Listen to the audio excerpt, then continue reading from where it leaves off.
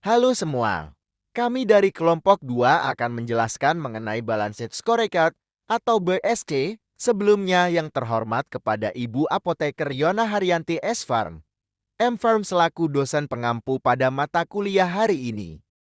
Untuk anggota kelompok kami terdiri dari Nurdiana, Ruth Damayanti, Muhaidar Ramzani, Dael Haminar, Sandi Agustianto, dan Nusa Haikal. Definisi dan konsep BST yang diambil dari Yuliana et al. Tahun 2021 yaitu konsep BST pertama kali dikembangkan oleh Kaplan dan Norton tahun 2000 dalam bukunya Balanced Scorecard merupakan suatu sistem manajemen, pengukuran, dan pengendalian yang tepat dan komprehensif, serta dapat memberikan pemahaman kepada manajemen tentang kinerja bisnis. Selanjutnya, metode BSC yang melengkapi manajemen dengan framework yang mentranslasikan visi dan strategi ke dalam sistem pengukuran yang terintegrasi, yaitu Financial Perspective, Customer Perspective, dan Internal Business Process Perspective, serta Learning and Growth Perspective. Menurut Panuju et al. Tahun 2017, 4 perspektif di dalam BSC menyatakan adanya saling keterkaitan untuk dapat menggambarkan strategi yang dimiliki perusahaan. Selanjutnya, pengukuran kinerja. Pengukuran kinerja adalah metode untuk memantau perkembangan organisasi atau perusahaan dan mempertahankan daya saing. Pengukuran ini berguna untuk membandingkan hasil yang diharapkan dengan hasil yang dicapai, menyelidiki deviasi dalam rencana, mengevaluasi kinerja individu serta menilai perkembangan dalam mencapai tujuan. Untuk manfaat dari BSC itu sendiri adalah mengukur kinerja dari berbagai perspektif keuangan, pelanggan, proses internal, pembelajaran dan pertumbuhan, menghubungkan strategi dengan tindakan dan hasil, meningkatkan komunikasi dan kolaborasi antar karyawan, serta membantu mencapai tujuan strategis.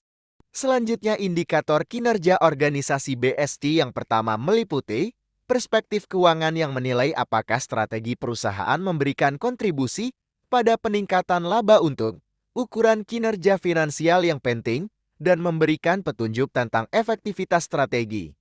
Kedua, perspektif pelanggan dengan mengidentifikasi pelanggan dan segmen pasar yang akan dimasuki untuk menentukan target pasar yang akan menjadi sumber penghasilan utama. Ketiga, perspektif bisnis internal dengan merumuskan tujuan dan ukuran untuk proses bisnis internal, dengan memfokuskan pengukuran pada proses yang mendorong tercapainya tujuan pelanggan dan pemegang saham. Dan keempat, perspektif pembelajaran dengan menyediakan infrastruktur untuk mencapai tujuan di tiga perspektif lainnya dan pertumbuhan serta menjadi faktor pendorong yang menghasilkan kinerja istimewa di tiga perspektif pertama. Selanjutnya, indikator-indikator kunci untuk menentukan keberhasilan perusahaan dalam pemasaran antara lain A. Pangsa pasar menentukan target konsumen untuk menghitung market share. B.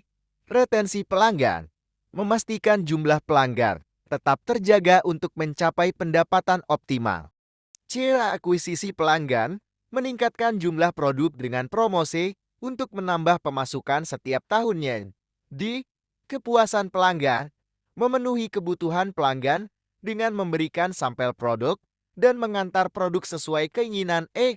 Profitabilitas pelanggan mempertahankan pelanggan, mencari pelanggan baru, dan meningkatkan pendapatan produk setiap tahunnya.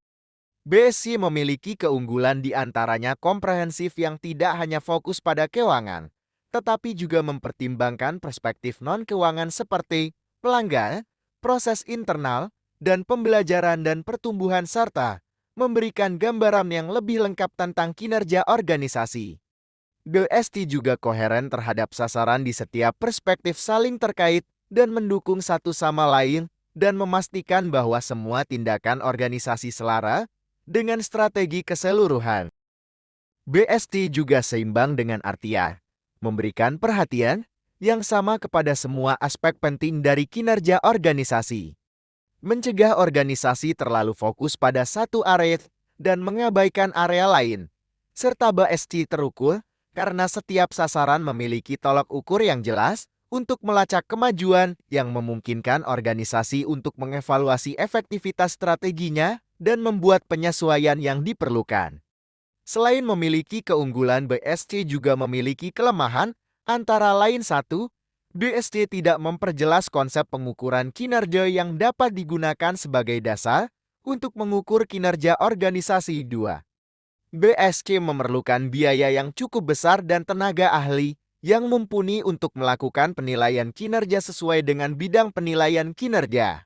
3. BSC tidak sempurna bagi setiap organisasi. Karena dalam memberlakukan penilaian kinerja ini, terdapat 4 perspektif keuangan, pelanggan, proses bisnis internal, dan pembelajaran dan pertumbuhan yang juga merupakan bagian dari budaya perusahaan dan sumber daya manusia perusahaan. 4. BSC tidak memberikan langkah-langkah bagi perusahaan yang ingin menerapkan BSC, sehingga perusahaan yang ingin menerapkan BSC harus mengimplementasikan konsep BSC secara langsung. Pengaplikasian BSC dalam farmasi meliputi 1. Keamanan dan kualitas obat.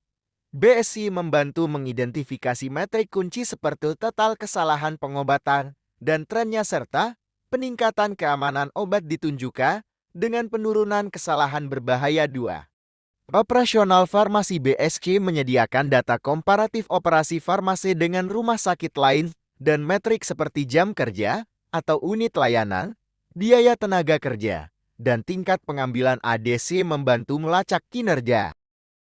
3. Pendidikan dan penelitian farmasi.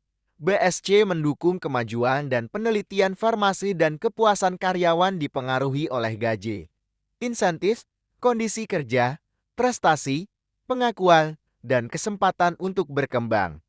Dan yang terakhir, kinerja keuangan. BSC membantu membuat strategi untuk meningkatkan keuntungan. Rasio keuangan seperti laba, cash flow, dan nilai tambah ekonomis diukur untuk menilai kinerja keuangan. Itulah paparan materi dari kami mengenai BSC, dan berikut ini adalah daftar pustaka yang kami gunakan sebagai referensi dalam menyusun materi tadi. Dan berikut ini adalah lampiran-lampiran yang kami gunakan sebagai bukti penguat dan referensi. Itulah materi yang dapat kami sampaikan. Kami ucapkan terima kasih.